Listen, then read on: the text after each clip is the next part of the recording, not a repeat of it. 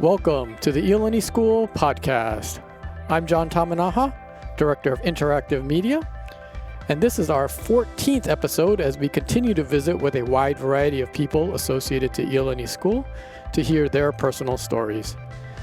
This time we sat down with a boarding student for the first time, Senior Minh No, who is from Vietnam and in his third year with the boarding program.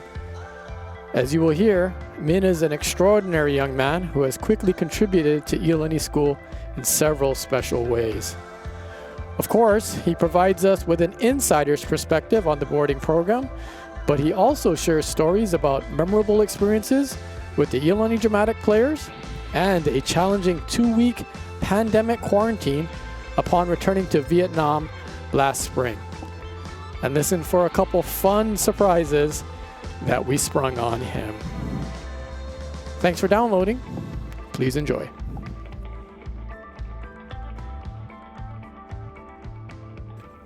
You like talking to people? Depends. I'm more on the introverted side. Pretty far on the introverted side, Really? actually. Yeah. Introvert. Wow. I have a list of things to talk to you about, and it's toward the end and that we're going to talk about musical theater. Like, I'm really interested to talk to you about that, and it doesn't correlate to being an introvert. That's interesting. What you are, though, is a senior now. Yes, sir. I remember seeing you almost, I guess, a little more than 2 years ago. Yeah, it's crazy. A fresh face who showed up on campus. And, I actually remember seeing you, man. Oh, yeah? First day with the long hair. With the long hair, almost shoulder length hair. Yep. Man, that really kind of caught my eye because I went to school here back in the 1980s. Yeah. And pretty much had the same dress code, but our deans of students, there's 2 of them now. Right. They kind of were around that same time, and I think they would agree with me that the rules were maybe a little tougher back then. Yeah. So, yeah. But I saw your hair. I was like, man, somebody probably told him that at some point he's gonna get his hair cut. Was that traumatic or not a big deal? Well, it was pretty sad to see it go, but yeah. Overall, I'm not as sad as I thought I'd be, and it's making a comeback now. Yeah, it's coming out through the top. Yeah. I could see over your face shield. Really cool. Because I'm too lazy to go to the barber shop, and most of them are closed anyways. So, yeah. So I want to talk about that first day, actually. When I first saw you up at the upper school auto line, and people were being dropped off. The new students were being dropped off prior to the 2018-19 school year. Yep. It was our first year of having boarding students back on the Iolani School campus in 59 years. So I wanted to see that. Came down, was taking some pictures. I remember seeing you, like I said, you were signing in. I think your mom was with you. And you guys are getting a lot of forms and whatnot signed and getting some information. Then you continue on to go to the first dormitory. Yeah, the Banyan. Yeah, the Iolani Banyan, which is located behind the current residence hall. And you guys probably took campus tours. Yep. And whatnot. And then I remember seeing you guys later on in the student center for dinner. But kind of tell me what that day was like for you. You're from Vietnam. Yep. And you came to the middle of the Pacific Ocean to go to school. And that was your first day on campus. Was that your first visit, actual setting foot on campus? Yeah. What was crazy. What was that like? Yeah, it was pretty overwhelming, and not in a bad way either. It was just all these new people, and like I said, I'm an introvert, so it was pretty scary. But I'm glad I had my mom there with me because I'm the biggest mama's boy. So, yeah, that definitely helped. And yeah, it was really, really fun to meet everyone. And I've been emailing a lot of faculty members beforehand, and so that's always nice to meet people you've met online in person. So that's interesting. And then, we moved into the Banyan, and it was really nice there, too. It's different to the dorm, and they're both nice in their own ways. But yeah. Yeah, the Banyan is more of a apartment style living where in your apartment you have your own bathroom Hmm. and kind of a common area, Yeah. and but now in the residence hall it's more like a traditional residence hall where you have a floor and whatnot. Yep. But aside from going to the Banyan, then you guys were walking around campus. What was that like? That was your first time. I mean, you'd had seen pictures. You Hmm. kind of were looking online and were Yeah. talking to people, particularly our director of residential admission, Yep. Kim Wynn. But what was it like to be here? Like, what were you saying to your mom back and forth about this place where you were going to go to school? So yeah, we looked at a lot of pictures before coming, and we always took it with a grain of salt because pictures are always meant to be flattering. Yeah. But it actually does look as nice, or maybe even nicer than compared to the pictures that you see online. So yeah, that was quite an experience to see, especially the Sullivan Center, because it definitely has a really interesting architectural style, and the hawk too. I remember the first night I saw the hawk's eyes light up, and it was all red. I thought it was the dopest thing ever. Yeah. Yeah, a lot of students don't see that until maybe homecoming or something like that at nighttime. But you guys live here. Hmm. It's interesting. Who was showing you around? Nate Iolani, he graduated last year. Oh. Nate, if you're listening, I love you, my man. Yeah, that's probably the best tour guide you could have. Oh, yeah, He was definitely. last year's senior class president. Yep. Very, very cool. The campus, even now, is more beautiful. Oh, yeah. Because when you were touring it and looking at the Sullivan Center, the residence hall where you now live wasn't completed. Hmm. The kindergarten and first grade community wasn't yet completed. And then most recently, the lower school's brand new Kanashiro Science and Innovation Center and the Sydney and Minnie Kosasa Performance Studios are now complete and open and being used by the lower schoolers. Have you been down there and seen what's going on down there? Oh, my God, yes. The lower school is something else. Yeah. Yeah, so first time I saw it, we had this treasure hunt, which is one of the newer dorm activities we have on the weekends. And so I decided to go to the lower school to check whether, just to find the treasure. But then I ended up like just walking around, just being amazed at all these new buildings, and it just looks so futuristic. And yeah, it's definitely very nice. That's so cool. And so now when people are kind of in your boat looking at boarding schools, they're looking at the school and they can talk to actual boarding students and people like you and maybe listen to this podcast even. Hmm. But you guys didn't really have all that.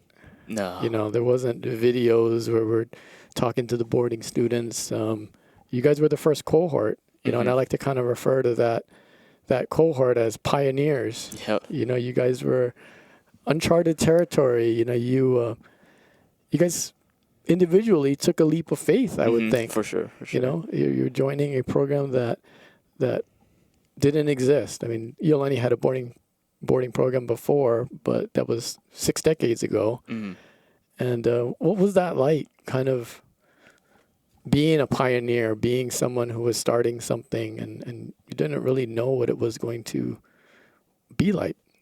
Yeah, it's definitely, well, now that we're 2.5 years in, it's definitely so, how do I phrase this? It feels so rewarding to see how much the program has grown and developed into. And I feel really blessed to be part of that first group that helped sort of shape the program into what it is today. Yeah, that's so cool. And now you're a leader. You're a third year. I don't... What's that like? Because you just saw kind of a different circumstance. Not everybody arrived at the same time this year, the new boarding students, and some are still going to be arriving. But I'm sure you look at them and think of your first days and weeks here. How have you approached it from that perspective as now being a leader in the residence hall? Well, first, I don't really like to call myself a leader. I feel like everyone's a leader in their own way. And for the new kids coming in, I definitely know how hard it is to like settle in. Especially, I think we had it easier personally since when we came in, nobody knew each other, so everyone had to make new friends. True. Yeah. But for the newer kids, most people here already know each other, so it'd be a little harder. I definitely try my best, whatever my introverted self can do to make them feel at home. and yeah, just introduce them to people, play games with them. We have a ping pong table. That's where a lot of the socializing happens. And then some of the students who you came in with graduated Oh yeah. last June. Do you miss them? Do you still keep in touch with some of those people? Yeah, I miss them every day. Yeah, I still keep in touch with some of them. And yeah, it was a really bittersweet moment to see them graduate. Mm. Because yeah, we've known each other for up to that point it was 2 years, and yeah, they're all going to these amazing places, and yeah, I'm sure they're going to do amazing Yeah. things. So were you able to tune in to the YouTube of their commencement when you were in Vietnam? I tried my best, but time change. difference got Yeah. to me. Yeah, what is it? 17 hours. 17 hours. Wow. Yeah. It's like a different whole day. But you were at their impromptu graduation, which happened in March. Yes. So was I, actually. I got the call. I think it was an impromptu graduation kind of put together an hours before, but kind of explain to the our listeners what we're talking about. Impromptu graduation, March. What was that all about? Okay, here goes. I'll try my best. So basically, squad closed down because of the virus, Yeah. and so we knew that the seniors' graduation was probably gonna be cut short, or it might not be happening. We didn't at really least know. not in person. Yeah, it was Yeah. very much in flux. And so then these girls had this idea of making an impromptu graduation for our graduating seniors, and then it happened that afternoon. They just talked to some house parents, and then the house parents talked to other house parents, and then you came in, and then everyone just had a task assigned to them. Some people printed the diplomas, some people took care of the costumes, and yeah, by that night we had the whole thing set up, and it was beautiful. It was very impressive. It was cool because it was very. It was so many. It was everything. Mm-hmm. It was funny. There were speeches, like you said. There were costumes. There was some element of cap and gown, and some of the girls had their holocues, and the house parents were making speeches, and there was a podium and all sorts of things. But it was really emotional. Oh yeah. And even to some degree sad, because not because of the event, but because you guys knew that maybe you wouldn't see some of your friends for a long time or ever again. Yeah. In some respect, you know. You were emotional. I remember seeing you like that too. Can you kind of describe what that feeling was like? So yeah, I still get pretty emotional thinking about it now, even now, yeah. But yeah, just listening to the speeches, and like you said, that chain of thought when you have that thought in mind that you might not be seeing these people if you've spent so much time with, at least for a long time. And so yeah, the tears just started to flow, I guess. I lived in dormitories in college, but not in the same one, and not with the same people, so to speak. It's not like this one. So you guys really develop a bond throughout the year, and you guys go about the island together and all sorts of stuff. So that it really showed that night. Yeah, for sure. Because we started as such a small group. So we all had time to create bonds with each other. And so, yeah, we're still a rather smaller community now. And so there's definitely still a lot of that family feel to the whole boarding program here. Just this week, I saw a video of you guys doing a birthday celebration out in the residence hall's Takaki Courtyard for a new student from Pennsylvania, I believe. Yeah. And was that you? You were playing the nose flute? Oh, yes, that was me playing the flute on the recorder. That's like Mr. Park, the math teacher. Yeah, that's what everyone's been telling me. I personally have not met him yet. Mr. Park, if you're listening, I'd love to meet you. Yeah, you guys can do a nose flute duet. Yes, I'd love to. He would really love to do that. But I mentioned that because it just shows like we're just starting here, but you guys were out there. There was like a presentation. There was a video board. It was pretty cool. And that was for a new student for her birthday. Yep. And birthdays probably, when you're living in a dorm Mm-hmm. in the middle of the Pacific Ocean and you're from Pennsylvania, that's probably really a welcome treat, Yeah. to have that kind of celebration. Mm-hmm. Yeah, birthdays are always a pretty big thing here in the boarding program because we know um, how much it means to people, and it's just this opportunity to let the person know how much they mean to us because sometimes people might not know. Mm. And yeah, I actually get treated. I actually get better birthday parties here than I do at home because at home in Vietnam birthdays aren't as big of a thing. Oh, yeah. But yeah, When's your birthday? February 2nd, easy to remember. February 2nd. Yeah, 2/2. Cool. So on June 5th, 2021, you're going to graduate from Iolani School, man. Oh man. Can you believe that? No, I wish. I mean, I have no regrets, but I do wish time went by a bit slower. Yeah, it does go by quick. I mean, we're looking at almost the first quarter being done already. Mm-hmm. What's up for you next? Oh, so I'll be applying to film schools around the country because that's my passion. I want to be a writer director, hopefully. If not, then maybe acting. But yeah, film schools for now. Working on the college apps, Very cool. living the life. Very exciting. So do you think that the boarding program and Iolani School in general has prepared you well for college and your next step? Oh yeah, definitely. I think the faculty members are one of the best parts about Iolani because everyone's so caring and everyone genuinely wants to help you, and they would go out of their way to help you too. And yeah, all my teachers are always there to help, and the college counseling department has also been fantastic with preparing all of us for what's next. So, I mean, you want to go on and study film in college. You're studying film here, I understand, in Yes. Amy Sabir's class in the Sullivan Center. What's that like? Yeah, it's definitely one of my favorite classes. Definitely up there.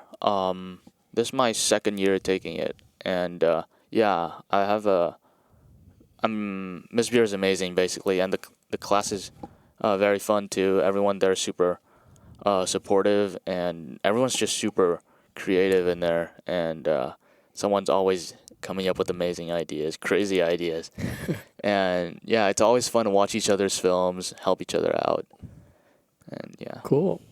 So, what are some of your current influences in the world of film and filmmaking? Ooh, I tend to like writer directors, so people who write and direct their own movies. So my favorite people are Quentin Tarantino and Christopher Nolan, and also Stanley Kubrick. Okay, cool. Yeah, everybody knows Quentin Tarantino and his work, and then Christopher Nolan too, the Dark Knight Mhm. series, Inception, Dunkirk. But Yeah. Stanley Kubrick, that's one of my favorites too. Oh, yeah? And Clockwork Orange. Yep. You like Clockwork Orange? Oh yeah, top 5 favorites Oh, of really? all time. Wow. Clockwork Orange I was 2 years old. I think that was in the early 70s when that was. You saw it when you were 2? No. I'm just saying I'm old. Oh. So that's an old movie. That's way before you were born. You were born, and almost. What I'm trying to say is almost before I was born. Mhm. Wow, very cool. I want to go back a little bit. We talked about your arrival at Iolani School, but where does that idea come from? What is that process of getting to a boarding school and getting here in particular to Iolani? So first of all, yeah, I found out that there's this new boarding program in Hawaii, and I've been to Hawaii before, and when I left, I've always wanted to come back or stay longer because my mother and I only stayed for, I think it was 1 week. So yeah, I was definitely hungry for more. And so then I saw this opportunity of being part of the start of this program, and I felt up to the challenge. And in terms of boarding school, I've always kind of wanted to be more independent from my parents. I know that contradicts the thing I said about being mama's boy, but I've always been too reliant on my parents, I feel, and so I think boarding school would help me kind of become more independent. Wow. So yeah, and I chose the States because I want to go into film, and the States is probably the best place to do that. Very cool. So I understand that you had offers from 5 other boarding schools, including some of the big names on the East Coast. And so where did the decision, how did you break it down and make that decision to be a pioneer here at Iolani? So yeah, like I said, being a pioneer, it definitely feels like you're part of the history of the school, and I feel like that's such a like not a lot of people can say that, and I think that did it for me. Also, Hawaii, and I did research on the school, heard good things about the faculty, about everything, really. Cool. So you had visited Hawaii before and spent a week here, wanted more. Now you've been here for an extended period of time. And I still want more. You still want more. So you guys are able to get out around town and go around to the beaches and whatnot. And you're from Hanoi. Yes. Right. And I want to talk about that a little bit later. But Hanoi is different than here. Hanoi is a huge metropolis of 20 million people, I think.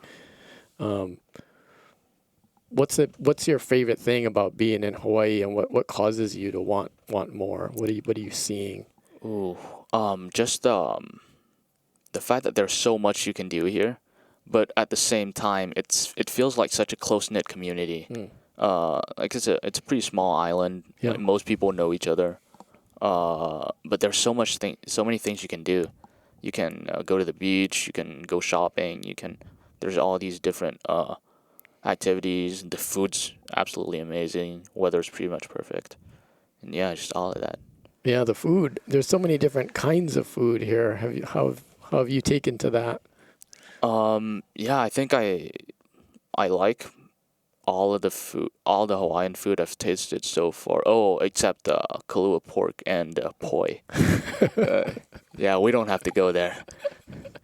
Poi, it's not people. You hear that a bunch when people talk about trying to get familiar with Hawaiian food, but Kahlua pig, that you're not feeling that, huh? No, I just don't like the texture. I prefer my meat to be more sturdy, like a steak, a good steak. Yeah. Cool. Were you good with lomi salmon, haupia, lau lau?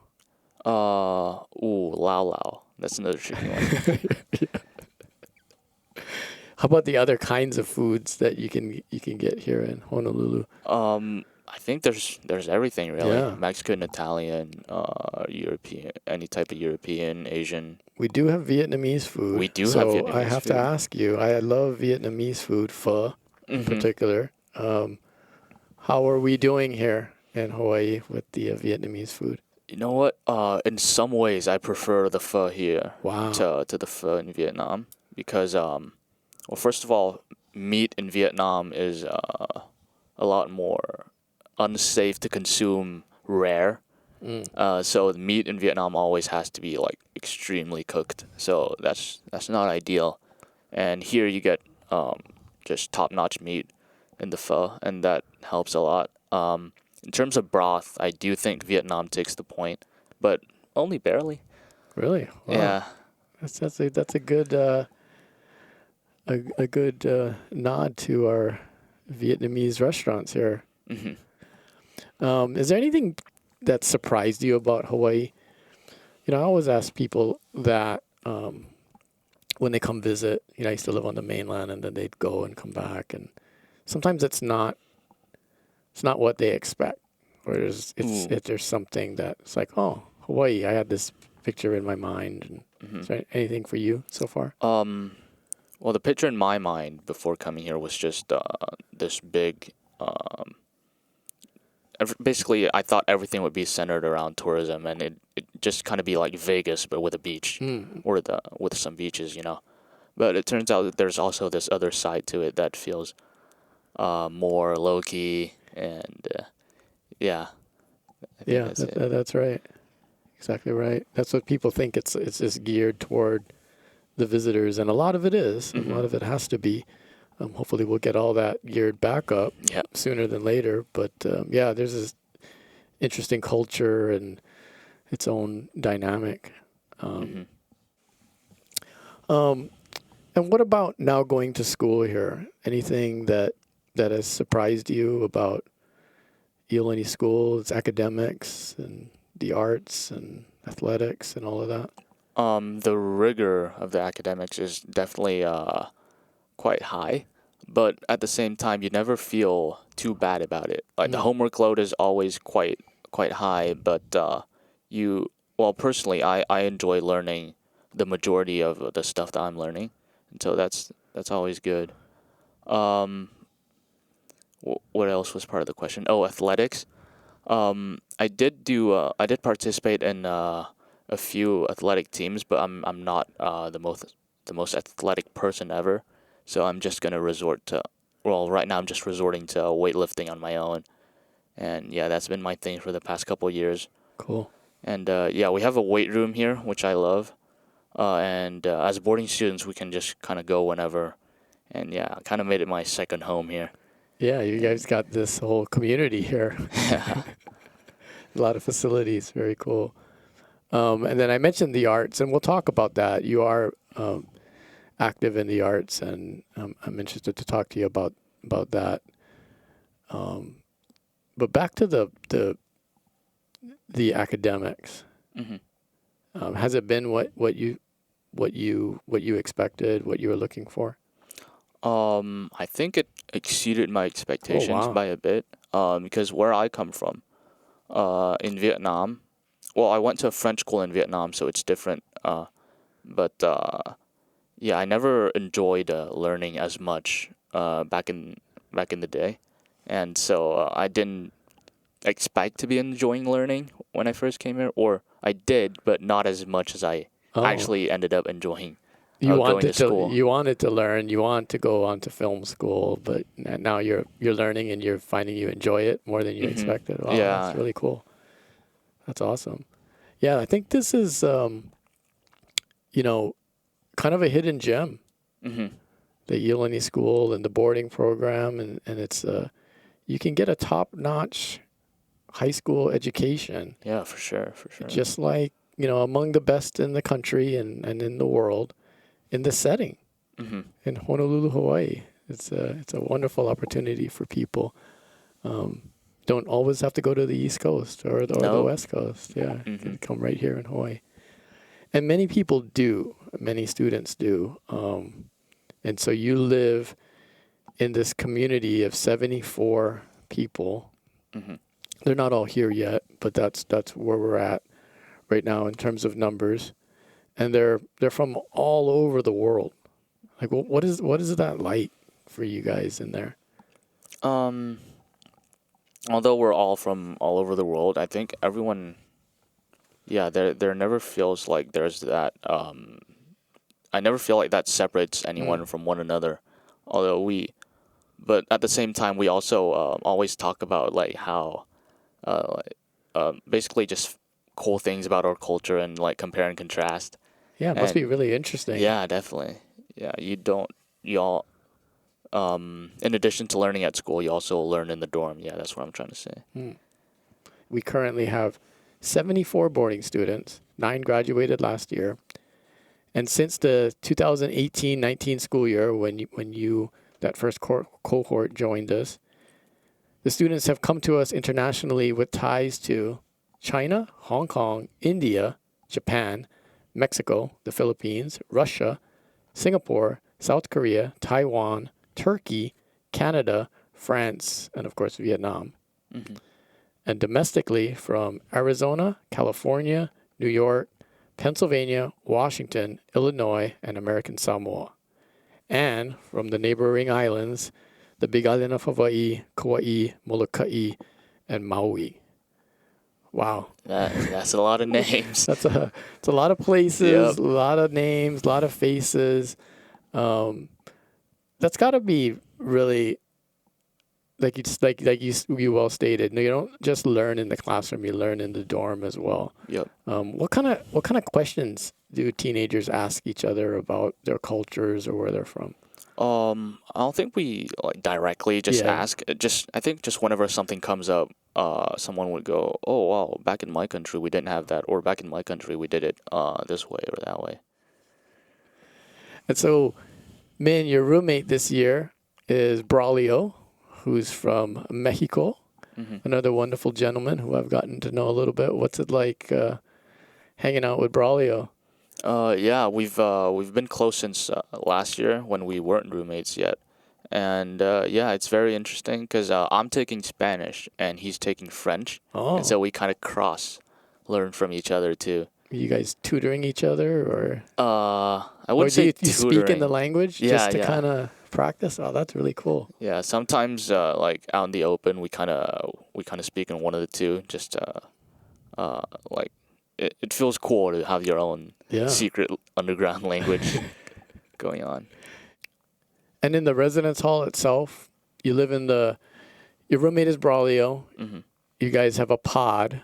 Yes. Right? And then there's a floor. There's all these different levels of the residence hall, and then there's the girls' floors and whatnot. Kind of describe to us how it's organized and what it's like in there.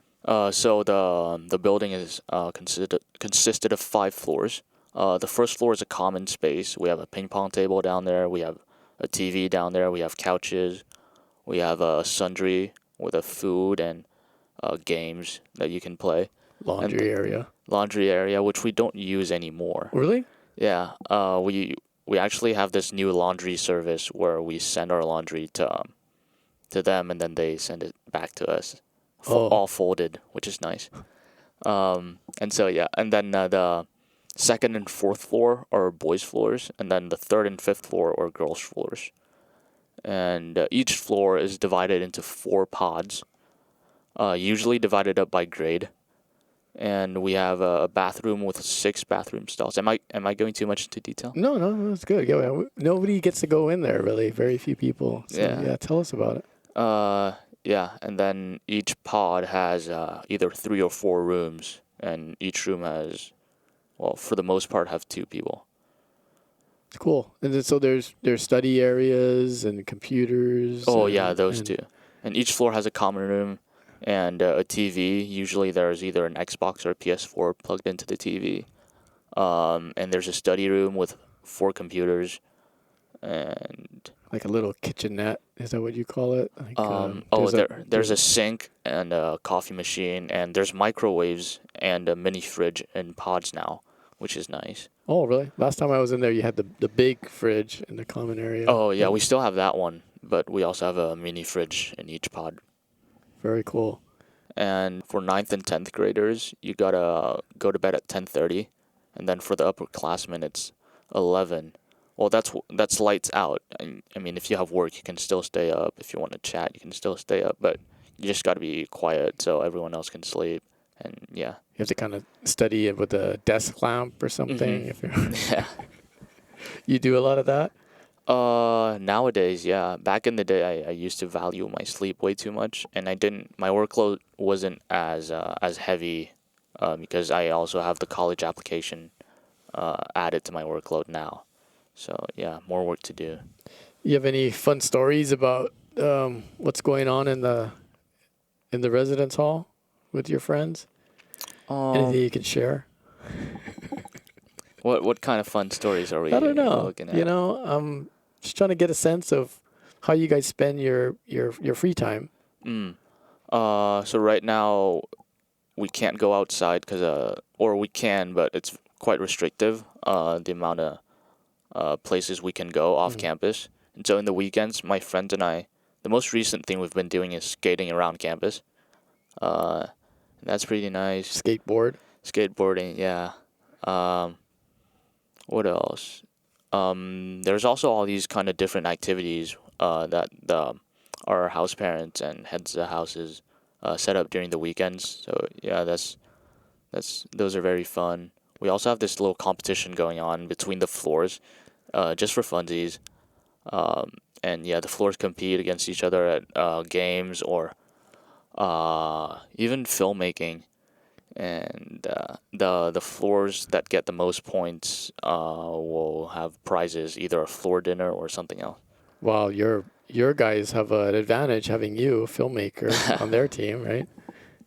Well, I guess I'm asking you questions too, and our sound engineer is one of your house parents, King's Yes. Iolani. We love him. We can't really talk about all the things you guys do in there.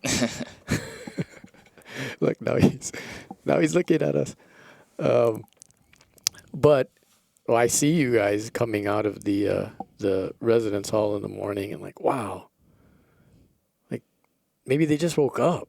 Yeah, That's amazing. that's usually the We've case. been up for hours. They're going to eat breakfast. Yeah.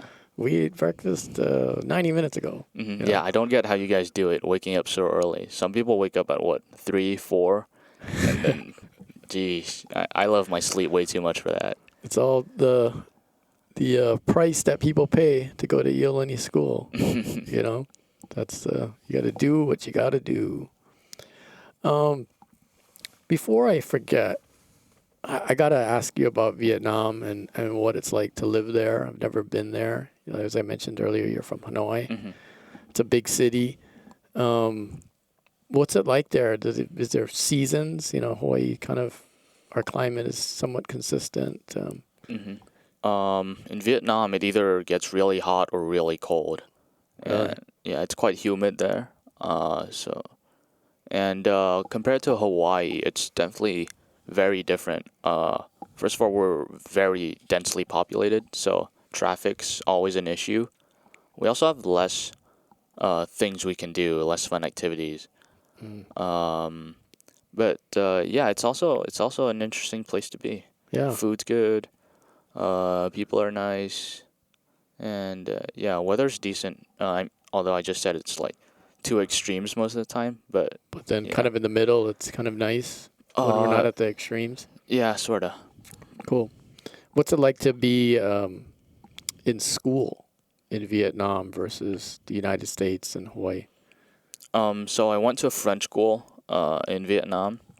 I liked it because I liked it a lot, actually. Not as much as I like it here, but I went there since I was 5.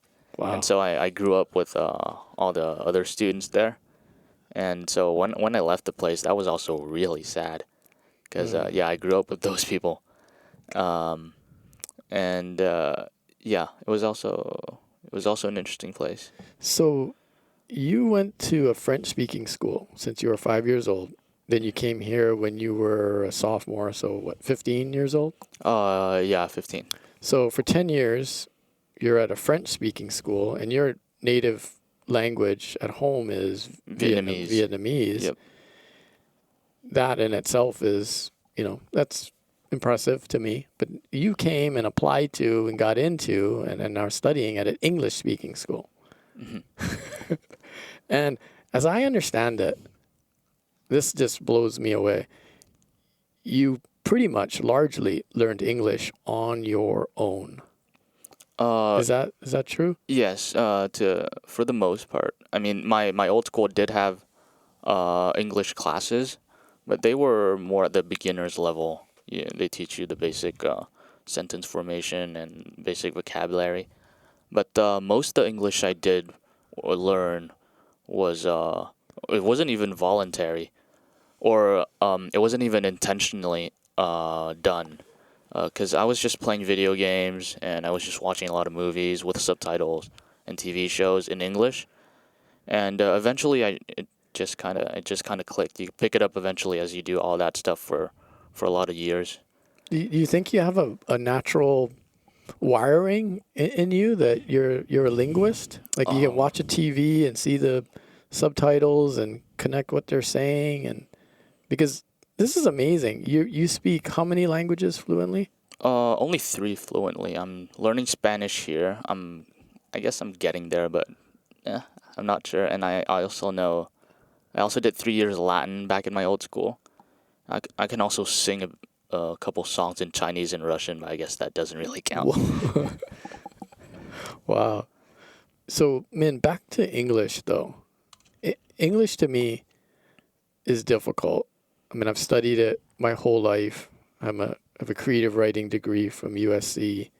Mm-hmm. I was a writer, and we as American students, we're learning English all the time. Mm. You know what I mean? And it's to me, it's difficult. There's grammar structures, there's wacky spellings and meanings, there's contradictory rules. But you know and have experienced many more languages than me. Like, what's my read on that? Like, I'm really blown away that you learn English. Tell me more about languages and how you accomplish that. So, well, personally, I think English lies on the easier side of the spectrum when it comes to learning languages. Yeah, I think both in terms of availability and like the structure of the language itself. Well, in terms of availability, I think since it's this worldwide international language, it kind of appears everywhere, wherever you live. So everyone's gonna be at least exposed to it to some extent. So that gives them that opportunity to pick it up. And in terms of grammar, like you said, there's all these anomalies. Yeah. But I think we have that in every language. And the Romance languages, I think, are way more complicated in terms of conjugations. In English, you kind of just have past, present, future, and you just kind of infer the meaning behind each verb when you say it. But in the Romance languages, you have different types of past. Like there's the past of the past. There's the past used to describe a certain event in the past. There's the past used to describe a sudden action in the past. So that's definitely a lot more to suck in, I guess. Yeah. And then for a lot of Asian languages like Chinese, Japanese, you have like a whole different type of calligraphy. I don't know if that's what you call it. Yeah. Yeah, like you have all these characters. In Vietnamese, I think the hardest thing about Vietnamese would be the tones, how you pronounce stuff. But once you have that, it's actually kind of easy grammatically to pick up. But yeah, I took Russian here. Mm. This is back in the 80s, and then Spanish here, and then in college, and those were difficult too, to some degree. But that's cool to hear how you explain that. And as you were explaining that, I was kind of honing in on your accent or lack thereof. I think to know so many languages, and one wouldn't really pick up that you're not a native-born English speaker. Oh. So. Well, thank Congratulations. you. Great job with learning that and using it to this degree here at this school. Very impressive. I actually used to have a British accent when I started out because most of the stuff I watch to learn English are football or soccer, as we call it here. Yeah. Game of Thrones. And I just watched a lot of British television and YouTubers. So like English Premier League soccer? Mm-hmm. Yep. Or football, yeah. Yeah, that's a big passion of mine. You hear them talking about the game and you kind of picked up some of the lingo. Very cool. Who's your team? Who do you support? I support Chelsea FC since 2008. So yeah, love of my life. All right. Well, I'm a Manchester United supporter. So okay. We'll talk later. Yep. Very, very cool. We both have Jose Mourinho stories to share. Yeah. I love the man. Yeah. He's been way too disrespected by our fans. He's cool. Here's kind of a wacky question that I have to credit a 7th grader. I heard a 7th grader ask this of his teacher, and I thought, and he prefaced it by saying, "This might be a dumb question." I don't think it is, but he's talking to a teacher who's obviously fluent in at least 2 languages. What language do you dream in? What language do you think in? Ooh. You're skateboarding around campus, or you wake up from a dream. What is that like? It depends for me. Sometimes, it depends on what I'm thinking of. When I do math, it's mostly in Vietnamese. Wow. When I do some history or science, sometimes I think in French because I might have learned that stuff before back in French school. And a lot of it is in English too. And also sometimes it depends on whoever I just talked to most recently. And that person would kind of dictate what I think, what language I think in until I make the next interaction. Wow, that's really amazing. I really admire that you're such a linguist. Another thing that I really admire from you that I've seen, and I've talked to your teachers, and they've seen this more so than I have, but it's creativity. All your teachers always speak of your creativeness, your uniqueness. Do you realize that? I mean, maybe you don't because you're who you are, but where does that come from that we see? Well, I'm not sure. I think everyone's unique in their own way. There's no two Yeah. people who are exact copies of each other, Mhm. And I don't know. I also think everyone's creative in their own way at their own subject. I just happen to, I guess, I was just fortunate enough to find the stuff that I can express my creativity in, and those are usually either writing stories or acting. What draws you to writing stories? Well, when I was little, I always, I watched a lot of TV, and sometimes I'd watch something that I'm not too happy with. It's either how someone treats a character, or like how the writers treat a character, or just something to do with the plot. And I'd always think that, oh man, if I were the director, I would have done this. If I was the writer, I would have done that. And so yeah, I just kind of create these alternate storylines in my own head, and yeah, just kind of develop from there. Very cool. It's very cool to hear you say that. Someone so young. Are you are you changing? Because I too love story and the Hmm. structure of it, and I see it missing honestly in film Mm. in particular Yeah, yeah. recently. But what is it that you're injecting? Is it character development? Is it kind of that thing that happens in the second act that actually causes the third, or what is it that you're changing Um, usually? what I love the most about stories is the ones that try to be bold or try to be unpredictable, Mm. and not just for the sake of it, like Star Wars: The Last Jedi. Um, but it when it actually works, Mm. that's what I'm saying. Yeah, and when you try to be unpredictable and it actually works, like Game of Thrones seasons 1 through 6, not 7 and 8. Um, yeah, I think it's just the originality of the story, the fact that the creators were willing to take a risk to not follow a specific formula. Hmm. Yeah, I have a lot of respect for that, and yeah, I also try to do that with my own work. I really like characters. Mm, You have to care. for sure. Like you mentioned Star Wars, and we could mention a whole bunch of movies, but essentially some of those new characters that are repeats of older Mm, characters, I don't think the audience is really caring, yeah, so that's what I. hating, liking, Yeah. following, admiring, all that stuff. But that's so hard to do. Hmm. So is that kind of where you're at, like creating these interesting? Yeah, for sure, for sure. And yeah, yeah, that's also what I meant with the formulaic Yeah, style of writing stories these days. And I actually don't think cinema is getting worse. I just think mainstream cinema or the mm, stuff that gets shown in theaters are not necessarily the most bold and original. But if you look for it, I think there is still a whole bunch of good art out there yeah, that you can find.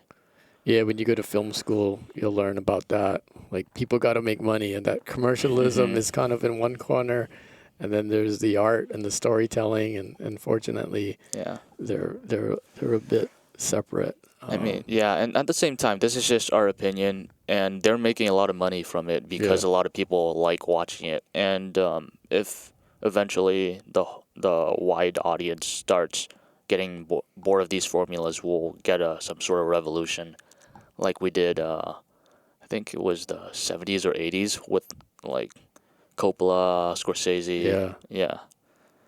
Yeah, I went to USC, and I wasn't in the cinema school, but I was able to take some classes in the cinema school, Hmm.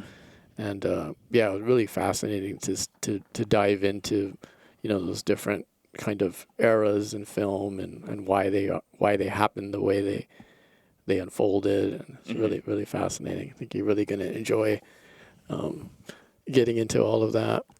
For sure, for sure. You stated earlier you want to be a writer director, you know, an auteur, you know, in control of your story and how it's delivered and all of that behind the scenes. But man, Min, I've seen you perform. You're really adept in front of the camera, on stage. Really, really impressive. Tell me about that part of your connection to the arts. So acting was always something that I relatively enjoyed. Back in my old school, I didn't have that many opportunities, but whenever some little project came about, I always tried to participate and do my best. And I think on stage, the best thing about it is you're not actually being yourself. Because if I were being myself, I would never survive on stage in front of more than 10 people.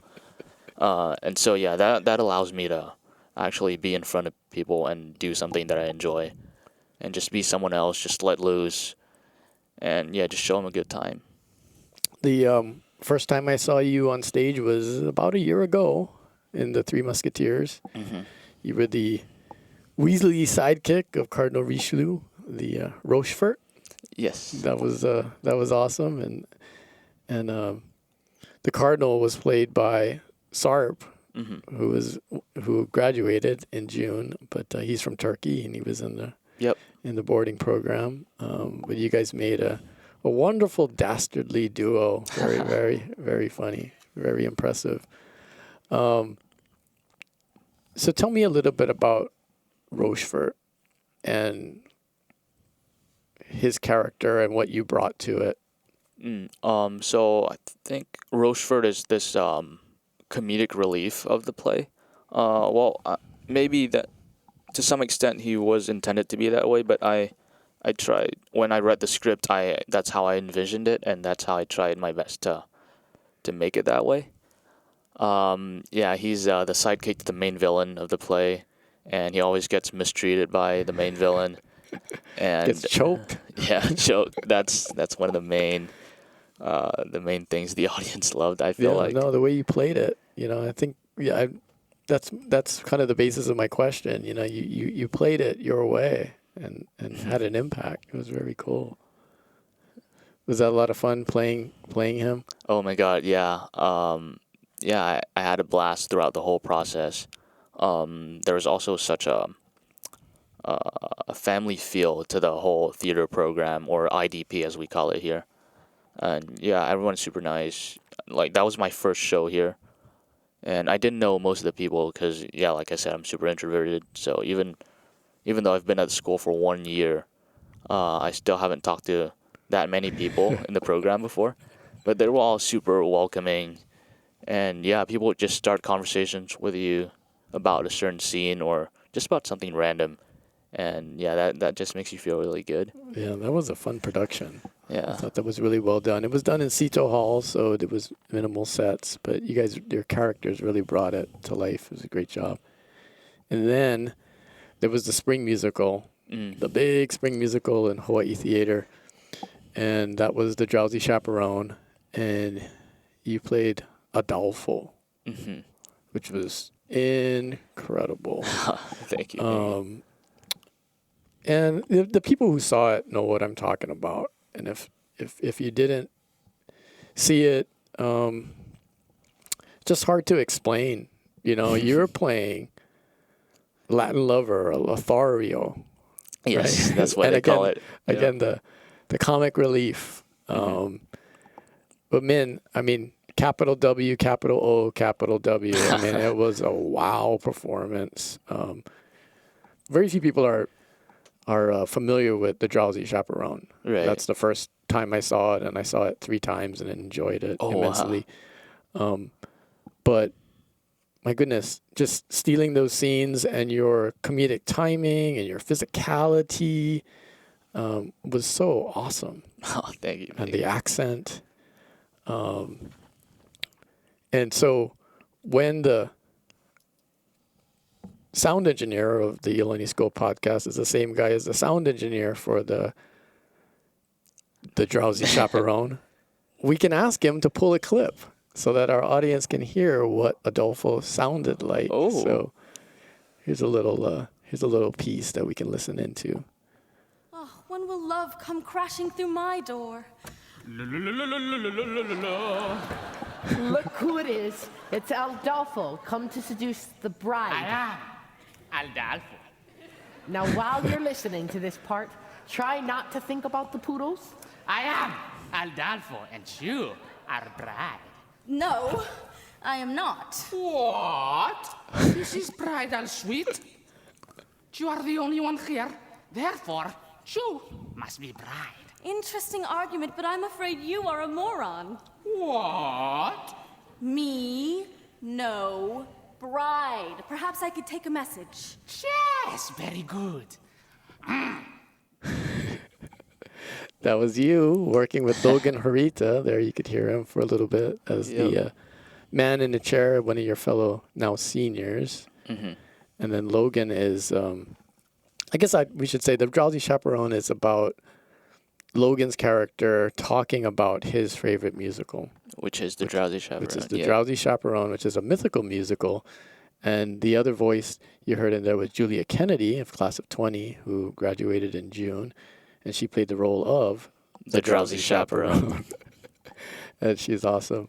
But you could hear in there, you couldn't see it, but even just with the voice and what you were doing there, you could see you could kind of feel that character. How did you craft that character? What was your process? So when I have this thing whenever I read the script, I try to act out every character and see what it feels like. And that's just how I envisioned him sounding like after reading his lines. And I'm also fortunate enough to be taking Spanish, so I know the Spanish pronunciation. So I just kind of added the Spanish pronunciation to the English words. And that was the end result. So that's an interesting musical and character, because I don't know, it's not The Sound of Music, it's not Grease, it's not things that we've seen on television or on stage and comparing who does what, right? Somebody playing the role. So did you look at something? Is there something available for that, or is that you and Mr. Duvall working on kind of some of the nuances and the windows into that character's soul and his being? So there is some stuff on YouTube, but I try not to look at them before actually coming up with my own character, because that usually, even if you try your best for it not to, it usually dictates how your performance ends up being, because you're gonna set that as the standard, whatever you see online. So I didn't do that, and Mr. Duvall, I think the most helpful thing he said to me was, or he said to all of us, was, these people are part of he said to us that we're actually playing actors, acting as these characters. And so we should exaggerate as much as we can, because these people aren't real people. And so they're just going to be like all over the world.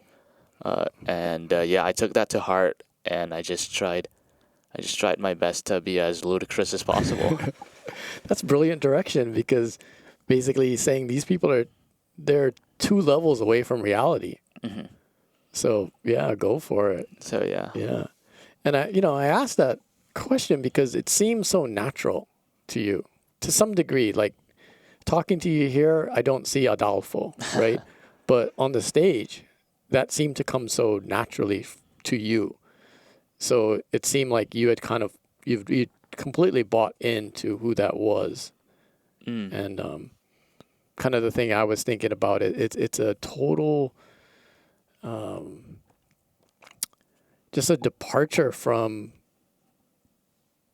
inhibitions, Right. You displayed a lack of inhibitions. You were out there and you completely went for it. Congratulations. It was very awesome.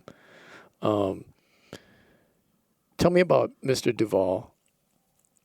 Oh, he does a great job every Every production. Every year, it's the Super Bowl. I say it's something that people look forward to every school year. That spring musical. But what's it like working with him? Yeah, it's amazing. He's one of the nicest people I've met. He feels like a friend, as well as a teacher. Like you can just chat to him about stuff. He's always super relatable. He'd always give you advice on whatever you need advice with. And yeah, his direction's amazing. Some people consider him a bit scary at times. Personally, I haven't gotten yelled at yet. Hoping to keep it that way. And yeah, just an amazing human being. You know, he mentioned to me that you're such a hard worker. Oh, he did. Thank you, Mr. Duvall. Yeah, and in particular, he said, "Hey, you know, he's working on his choreography while we're working on another scene. You'd be in the corner, and you know the other actors were doing something else, and there's Min, you know, working on his choreography in the corner very diligently. Is that something that you've kind of knew you had to put in extra effort into? Oh, Is yeah. that foreign to you somewhat? The dancing and Yeah, for sure. I'm one of the most uncoordinated people you'll ever meet. And yeah, I'm just a bit clumsy with my body. I can't even touch my toes. I don't think I've ever touched my toes. oh, you did a great job out there. I mean, the physicality was really impressive. Well, I think the lucky thing for me was I had the accent, and that would distract you from my bad singing and bad dancing. You seem to be a singer. Well, I think compared to my fellow castmates, I definitely have a lot of catching up to do in terms of singing, especially. And I'm also fortunate enough to have the character be that person you make fun of, because if I ever make a mistake, people would just laugh it off, basically. And the scariest thing about being an actor, for me at least, is just if you mess up on stage, you'd embarrass yourself. But with this character, I can freely embarrass myself at any time. I mean, I'm not going to go out in my way and do it, but if I do it, I'll just play it off as That was Adolfo. part of the character. Yeah, it was really funny. It was awesome. When you were the big Adolfo song, you're sharing the stage with Julia Kennedy, who is a phenomenal singer. Oh my God, yeah. It was awesome. You might not like this, but we've got a clip of you singing. Oh man. Kings, hit us with a bit of the Adolfo song with Min and Julia. I introduce myself. I am Adolfo. Nice awesome. to meet you. Shall we? Not so fast. Now, just in case you didn't hear, Adolfo, I'll try to make it very clear, Adolfo. The lovely ladies always cheer, Adolfo. When I repeat myself, I am Adolfo. Understood. I can sing it high, Adolfo.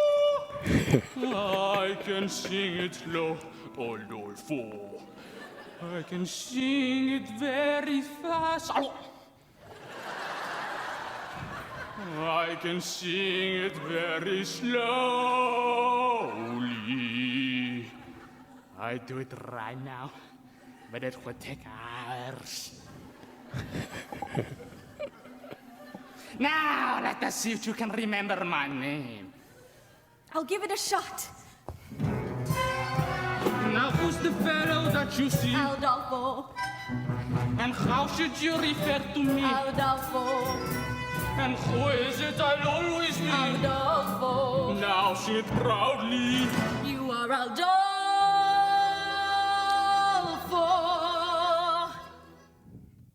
Wow. Brings back memories. Yeah, that was awesome. You know, that spring musical, when that Saturday show ends, it's like, man, I want to go on Sunday. Same for us. Yeah, I know. And Julia Kennedy, you know, and you know, Haley, and there's everyone. There's so Everyone, many people man. that you want to see them perform again. Mm-hmm. You know, Ashlyn. I could just keep Yeah. saying the names Yeah. of all the graduates from last year. But such an awesome thing. You know, I'm lucky in the sense that I've seen some of the things that happen backstage. Mm. And one of the things is they call it the circle. Oh, yeah. And so just to explain to the audience, before the house opens at Hawaii Theater, the curtain is down and the whole IDP is on the stage. Right. There's two circles. There's a big circle, and then inside the big circle is the seniors, make up a smaller circle. And happens 3 times, on the Thursday, Friday, and before the Thursday, Friday, and Saturday shows. And the seniors are given time to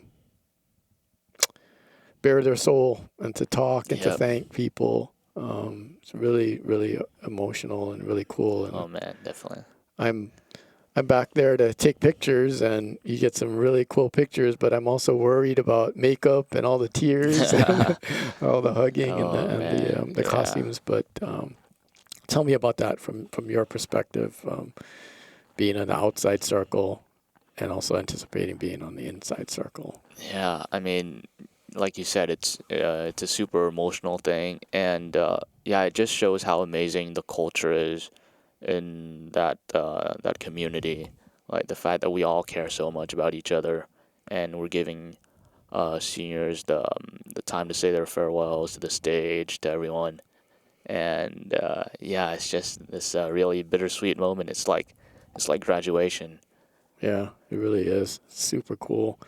What some people don't understand about that, like you sit in the audience and you watch that show, and it's the best $10 or $15 you could spend on a weekend night. I mean, it really is. It's huge entertainment, but it's all students. Mm-hmm. It's all students. Sage Kanemaru is in charge of the production as the stage manager. I'm one of the few adults that is back there. Maybe Manny Dial's in the pit. Yep. Directing the pit, and the costume designer, Miss Kimmery. Miss Kimmery is back there. But it's not as if the teachers are out there telling you guys what to do. Mm-hmm. It's on you. You guys are out there putting it on, and it's so impressive, so awesome. And then another thing that we see back there is when the curtain falls after the performance, and after the final bows, and the whole cast is on the stage, and that curtain bounces on the stage, and there's an explosion of emotion. Oh my God! Again, definitely. Particularly on that Saturday when it's done. Yeah. Even before the curtains went down during the final number, I was trying my best to hold back the tears. I don't know if it's just me, but yeah. And like the crazy thing is, I'm one of the newer, kids to the party. Yeah. And yeah, I'm already feeling all these kinds of emotions. So I can only imagine what the rest of my castmates who've been doing it for so long must have been feeling at the end of that show, especially the graduating ones. Yeah, it's really special. I mean, I've seen that a handful of times, and that certainly never gets old. You can just tell that these are memories that you guys are going to have for the rest of your lives. Yeah, for sure. A shared experience. The fall play this year is the fall film. Mm-hmm. The Laramie Project. You will be playing Doc O'Connor. Yes. The limo driver. Mm-hmm. You have that sounds like an Irish accent, man. Oh, or is that? I'm going more southern, but not fully, because that's how I saw it when I read the script. Okay, cool. So yeah, I'm gonna try my best with it. Again, the guy's kind of on the goofier side in terms of a character, and at this point I might just be typecasted as the one of the comic reliefs of the play. But yeah, definitely an interesting challenge to take on, because in a different medium. In a different medium with a different accent, excited. Yeah, no, it's cool that IDP is shifting with the time and what we can do during the pandemic, and producing some material for everyone to enjoy. Speaking of the pandemic, I want to ask you about your quarantine experience. Shortly after that impromptu graduation that we spoke of, the boarding students had to either return to their home countries or their hometowns, or live with day students' families. Right. So everybody headed in in a different direction. You went back to Vietnam. Mm-hmm. I'd like you to tell that story. I read about it in the Iolani School Bulletin, Right. the recent edition. And what I took from it was it was the definition of resilience. Yeah. What was that like? So yeah, after the head of school announced that we weren't going back to in-person schooling, the dorm heads also announced that the dorms would be closing down for at least till the school reopens, and so we all had to depart. And so my parents, the initial plan was to have me stay here with some family friends, but then as we like took further examinations at how places are starting to close down and how unlikely it is for things to actually reopen, I decided to go back to Vietnam. And so Vietnam has this extremely strict quarantine policy, and it's mandatory too. So as soon as anyone lands from abroad, you get put on this bus, and then they take you to this old dormitory, and it's not the best place to be. Wow. And you get put in a room of 8 with one bathroom, and it's super dirty. There's 4 bunk beds, and it's nothing like the bunk beds here in the Iolani dorms. And we don't have ACs. We have fans. The food is okay, or maybe I was just really hungry. Oh. But the portions were relatively small. Connection was bad, so I couldn't do online schooling either. And yeah, but overall, it's a very interesting experience. And yeah, not everyone was able to go. Well, not everyone can say that they did that. And yeah, I guess I Was ticked it- it off my bucket list, but I never knew it was on there. Was that 14 days?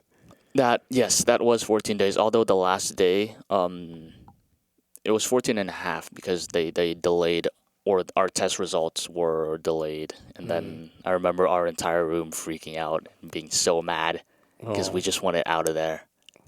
Wow. Does that make you tougher? Is that something that, like, a hurdle that you've cleared in your life, in your young teenage life? I definitely say so. Yeah, because I've never necessarily lived under those conditions before for that long.